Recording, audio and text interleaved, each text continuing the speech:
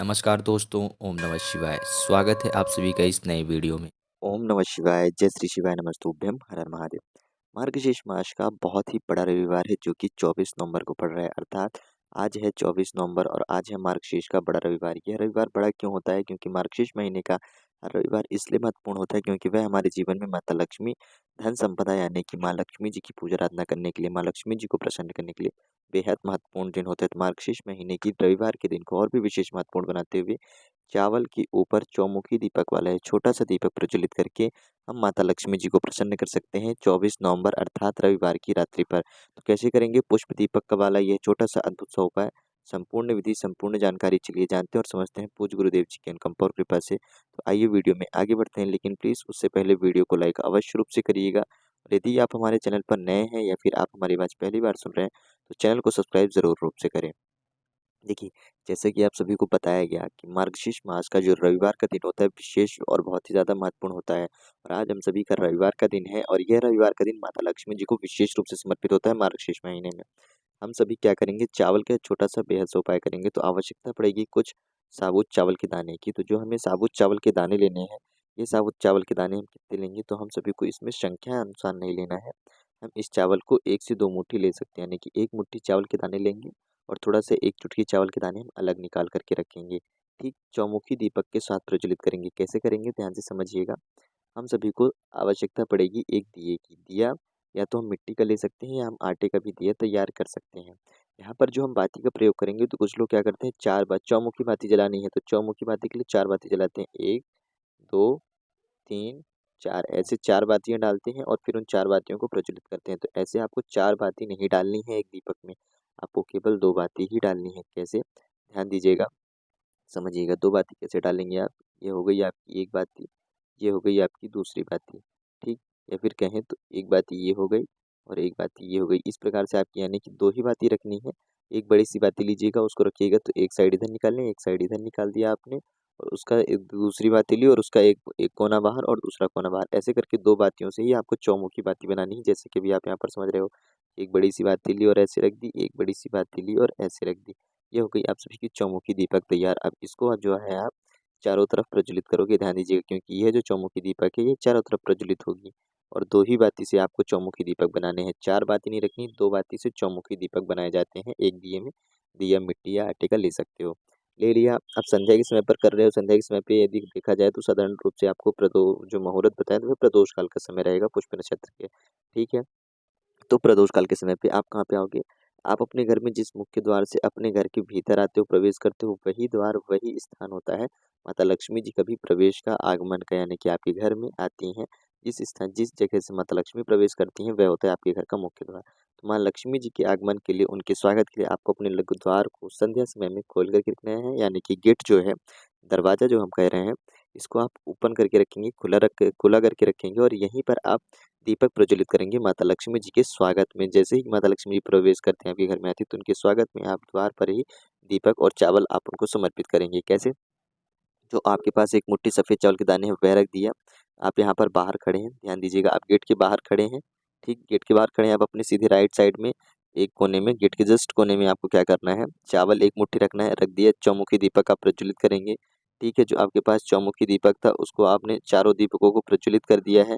अब प्रज्वलित कर देने के बाद आपको यह दीपक वहाँ पर 3 बार पहले गेट की तरफ अपने घर की ही आरती उतारते हुए घुमाना है। माता लक्ष्मी जी का नाम लेते हुए ओम, ये बीज मंत्र होता है, माता लक्ष्मी जी का बीज मंत्र है श्रीम, ओम श्रीम नमः, ओम श्रीम नमः, ओम श्रीम नमः। यह माता लक्ष्मी जी का बीज मंत्र आप जितनी बार चाहें 3 बार, 7 बार बोल करके इस दीपक को यहीं पर रखेंगे और दीपक को रख देने के बाद इसमें जो आपको बोला गया था कि 1 चुटकी चावल के दाने अलग से रखिएगा, तो 1 चुटकी चावल के दाने माता लक्ष्मी जी को याद करते हुए इसी दीपक के अंदर आपको डाल देने हैं और इतना ही करना है। इतना करके आपको रख देना है। जब आपका यह दीपक ठंडा हो जाए, यानी कि मंगल हो जाए, तो आप इस दीपक को उठा कर के अपने घर के भीतर ले जा सकते हैं, पुनः से किसी भी अन्य कार्य में प्रयोग करने के लिए आने वाले अगले दिनों के लिए। और जो बचा हुआ शेष चावल का दाना रहेगा, ये आप अपनी छत में, गमले में, छत वगैरह में डाल दें चिड़ियों को चुनने के लिए। इससे माता लक्ष्मी आपसे बेहद प्रसन्न होती है और उनकी और भी ज़्यादा अत्यधिक आपके ऊपर कृपा बरसती है। तो इस प्रकार से हम सभी को ये छोटा-सा बेहद सुंदर-सा पहला उपाय ज़रूर रूप से करना चाहिए। अब हम बात करते हैं आगे अपने वीडियो में और अगले दूसरे उपाय की। तो देखिए, कहीं न कहीं यदि हमारे घर में कोई न कोई व्यक्ति बीमार रहता है, अगर रोगग्रसित रहता है, पीड़ित रहता है, तो उसके लिए हम सभी को छोटा-सा उपाय करना चाहिए। यहाँ पर हमें कुछ काले तिल के दाने दिख रहे हैं और एक स्टील का पात्र दिख रहा है, यानी कि हम क्या करेंगे, स्टील के पात्र में थोड़ा सा जल लेंगे, इसमें से कि हम बचा हुआ शेष क्या करेंगे, जल भरेंगे और बाकी के बचे हुए में क्या करेंगे, कच्चा दूध डालेंगे। ठीक है, क्या कर लिया हमने, जल भर लिया और कच्चा दूध भर लिया। जो काले तिल के दाने लेंगे वह कितने लेंगे, तो काले तिल के दाने ध्यान दीजिएगा, हमें काले तिल के दाने जो लेने हैं वह यहाँ पर कुछ अलग तरीके से लेने हैं। कैसे, यानी कि जो भी व्यक्ति मान लीजिए बीमार रहता है, कभी हमेशा यानी कि आए दिन उसको कोई ना कोई बीमारी लगी रहती है, तो उसके लिए आप ये उपाय कर रहे हैं या फिर स्वयं के लिए भी कर रहे हैं, तो आप क्या करेंगे कि ध्यान देंगे उस व्यक्ति की आयु कितनी है, उस व्यक्ति की जितनी भी आयु होगी आपको उतनी ही संख्या अनुसार काले तिल के दाने लेने हैं। 25 आयु है तो आप दाने भी 25 लोगे। ठीक है, 30 आयु है तो आप दाने भी 30 लोगे। आयु उनकी 15 वर्ष है, यदि बच्चे हैं तो आप 15 दाने लोगे। यानी जितनी भी उस व्यक्ति की आयु है आपको उतने ही काले तिल के दाने लेने हैं। ठीक, और जल का पात्र लेना है। काले तिल के दाने और जल का पात्र, यह 2 चीज़ें आपने ले ली है, दोनों को मिश्रण नहीं करना है।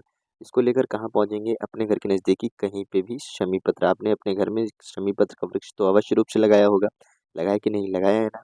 गुरुदेव जी के कहने अनुसार, यानी कि पूजा अर्चना करने के लिए, शनिदेव भगवान शिव जी को याद करने के लिए, भगवान वासुदेव जी को याद करने के लिए, तो आप संध्या के समय पे क्या करेंगे, अपने उस व्यक्ति के अंदर से हर प्रकार से बीमारियों की जो समस्या बनी रहती है, कहीं न कहीं वो बीमार होता रहता है या कुछ न कुछ उनके शरीर में चोट लगती रहती है, घाव बने हुए रहते हैं, तो ऐसी समस्याएँ बंद हो, आप सबसे पहले काले तिल के दाने लोगे, शमी के वृक्ष के समीप जाओगे, वहाँ पर जा कर के आपके पास जितने भी ये काले तिल के दाने हैं, 1 चुटकी जो आप उनकी संख्या अनुसार लाए थे, आप अपनी प्रार्थना याचना करेंगे, भगवान शिव जी को याद करेंगे और यह संपूर्ण काले तिल के दाने जो आपके पास हैं, इसी शमी वृक्ष की जड़ में समर्पित कर देंगे। ठीक है, भगवान शिव जी का श्री शिवाय नमस्तुभ्यं का जाप करते हुए अपनी प्रार्थना याचना कहते हुए उस व्यक्ति का नाम और गोत्र बोल करके जितनी काले तिल के दाने हैं, जितनी उनकी आयु थी, उतनी काले तिल के दाने हैं आपने समर्पित कर दिए। अब आपके पास क्या बच रहा है, जल बच रहा है, जिसमें कि आपने जल लिया है और कच्चा दूध लिया है। तो ये जल और कच्चा दूध वाला आप यह क्या करोगे पात्र, इसको लोगे आप अपने सीधे हाथ की थैली में और इससे इस शमी वृक्ष का अभिषेक करोगे, इसी मिट्टी वाले स्थान में, पेड़ के ऊपर नहीं गिराना है, मिट्टी वाले स्थान में गिराना है जल। और जब आप जल गिराओगे तो भगवान शिव जी का एक विशेष नाम होता है किसी भी प्रकार की रोग, बीमारी, पीड़ा को दूर करने के लिए। कौन सा नाम होता है? अवधूतेश्वर महादेव जी का नाम होता है। तो आप अवधूतेश्वर महादेव जी का नाम लेते हुए संपूर्ण यह जल शमी पत्र के वृक्ष में समर्पित कर देंगे। भगवान शिव जी का, अवधूतेश्वर महादेव जी का नाम लेते हुए अंत में शमी के वृक्ष को प्रणाम करेंगे। अपने जीवन से, उस व्यक्ति के जीवन से हर प्रकार से रोग, बीमारी जैसी समस्या समाप्त हो, उसके लिए प्रार्थना अर्चना करेंगे और उन्हें प्रणाम करके आप वापस आ जाएंगे। यह कार्य आप कब कर रहे हैं, तो रविवार के दिन पर संध्या के समय पे कर रहे हैं, यानी कि शाम के समय पे कर रहे हैं। इस बात का विशेष रूप से ध्यान दीजिएगा, अर्थात प्रदोष काल के समय पे कर रहे हैं, सूर्यास्त के बाद भी इस उपाय को आप कर सकते हैं। तो यहाँ पर हमारा उपाय समाप्त होता है। किसी भी व्यक्ति की शरीर से जुड़ी हुई किसी भी प्रकार की बीमारी, रोग को दूर करने के लिए, या फिर उसके अंदर कहीं न कहीं किसी न प्रकार से कोई न कोई समस्या बनी रहती है शारीरिक तौर पर, जिससे कि वह पीड़ित, ग्रसित रहते हैं। उनको दवा वगैरह खानी पड़ती है या कुछ न कुछ उनको चोटें लग जाती हैं शरीर में, जो चाहे छोटे-छोटे चोटें लग जाएँ, कभी कुछ लग जाएगा जिससे कि घाव बन जाएगा, खून वगैरह आ जाएगा, ब्लीडिंग हो जाएगी और दवा लगानी रहती है। तो ऐसी समस्याओं से वह व्यक्ति मुक्त हो सकता है। बात करते हैं अपने अगले, अंतिम और तीसरे सबसे महत्वपूर्ण उपाय की। देखिए, यदि हम चाहते हैं कि माता लक्ष्मी जी की हमारे घर पर कृपा ही बनी रहे, ऐसा नहीं कि माता लक्ष्मी जी का बस केवल आगमन बस हो, हमारे घर में माता लक्ष्मी जी की बेहद रूप से कृपा बनी रहे, तो हम सभी को क्या करना चाहिए, रविवार के दिन पर, जो कि मार्गशीर्ष महीने के इस रविवार जो सबसे ज़्यादा विशेष महत्वपूर्ण है और आज के दिन रविवार है, तो एक छोटा-सा कार्य कर सकते हैं और इस उपाय को हम हर रविवार को कर सकते हैं, हर महीने को। क्या करेंगे? हमें आवश्यकता पड़ेगी एक सफ़ेद पुष्प की। ध्यान दीजिएगा, माँ लक्ष्मी को या तो सफ़ेद पुष्प पसंद है या तो लाल, तो हम प्राथमिकता देंगे सफ़ेद पुष्प को, क्योंकि भगवान शिव जी को भी समर्पित कर सकते हैं। साथ में लेंगे एक स्टील का पात्र, तांबे का पात्र नहीं लेना है, केवल स्टील का पात्र लेंगे जिसमें हम डालेंगे थोड़ा-सा जल। ठीक है, यदि कच्चा दूध हो तो डाल सकते हैं, 1 से 2 बूंद गंगा जल हो तो डाल सकते हैं। बचा हुआ एक कमल गट्टा लेंगे, कमल गट्टा नया भी ले सकते हैं, पुराना भी ले सकते हैं। एक कमल गट्टा इसी जल के पात्र के अंदर डाल दिया, एक सफ़ेद पुष्प ले लिया। इसको लेकर के जाएँगे, कहाँ जा रहे हैं हम? भगवान शिव जी के समक्ष। कब जा रहे हैं? शाम के समय पे जा रहे हैं। जब शाम के समय पे भगवान शिव जी के समक्ष जाएँ, तो सबसे पहले हम पुष्प समर्पित करेंगे। कहाँ? भगवान शिव जी की शिवलिंग पर। पुष्प जब समर्पित करेंगे तो माता लक्ष्मी जी को याद करेंगे। एक बार ओम महालक्ष्मीर्मय ओम श्री नमः बोलेंगे। माता लक्ष्मी जी को मन ही मन याद करेंगे, प्रणाम करेंगे, सीधे हाथ पे अपने पुष्प रख करके। फिर माँ रिद्धि सिद्धि को याद करेंगे। ठीक है, दोनों देवियों को याद कर लिया, रिद्धि सिद्धि को। अब इस पुष्प को भगवान शिव जी के ऊपर समर्पित कर देंगे और प्रार्थना याचना करेंगे कि हे भगवान शिव, हे महादेव, हे देवादिदेव महादेव, हमारे पर ऐसी कृपा बनाएं, अपने इस भक्त के ऊपर, अपने इस दास के ऊपर ऐसी कृपा करें कि माँ लक्ष्मी रिद्धि सिद्धि के साथ हमारे घर में प्रवेश करें, उनका स्थान हो, हमारे घर में वास करें। इस प्रकार से प्रार्थना अर्चना करके सफ़ेद पुष्प आपको समर्पित कर देना है। सफ़ेद पुष्प समर्पित कर दिया।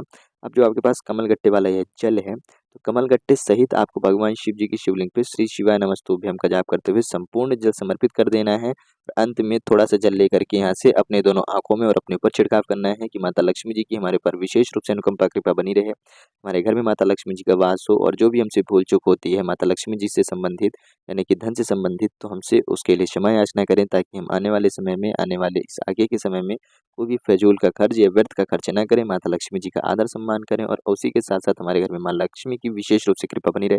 इस प्रकार से हम सभी को प्रार्थना याचना करनी। देखिए, हम उपाय तो करते हैं, परंतु हमें उपाय करने से लाभ क्यों नहीं होता है? क्योंकि जो हम प्रार्थना याचना करते हैं ना, वह हमारे करने का तरीका गलत होता है। यानी कि जब हम विनती करते हैं भगवान के समक्ष कोई भी चीज़ समर्पित करने के बाद, तो हमें ऐसा लगता है कि हम जैसे भगवान को आदेश दे रहे हैं, हमें आदेशानुसार नहीं करना है। हमें विनती ऐसी होनी चाहिए कि हम उनसे प्रार्थना याचना कर रहे हैं, उनके भक्त, उनके दास, एक तुच्छ से दास होने के नाते हम उनसे बहुत ही ज़्यादा एक तुच्छ तरीके से प्रार्थना याचना कर रहे हैं, विनती कर रहे हैं, यह झलकना चाहिए आपके शब्दों में, आपके भाव में। तो इस प्रकार से प्रार्थना याचना करा करिए कि हे प्रभु, हे भगवान, हमसे जो भी गलती हुई है, जो भी भूल चूक हुई है, जाने अनजाने, मानसिक या शारीरिक रूप से, उसके लिए हम क्षमा याचना आपसे प्रदान करते हैं।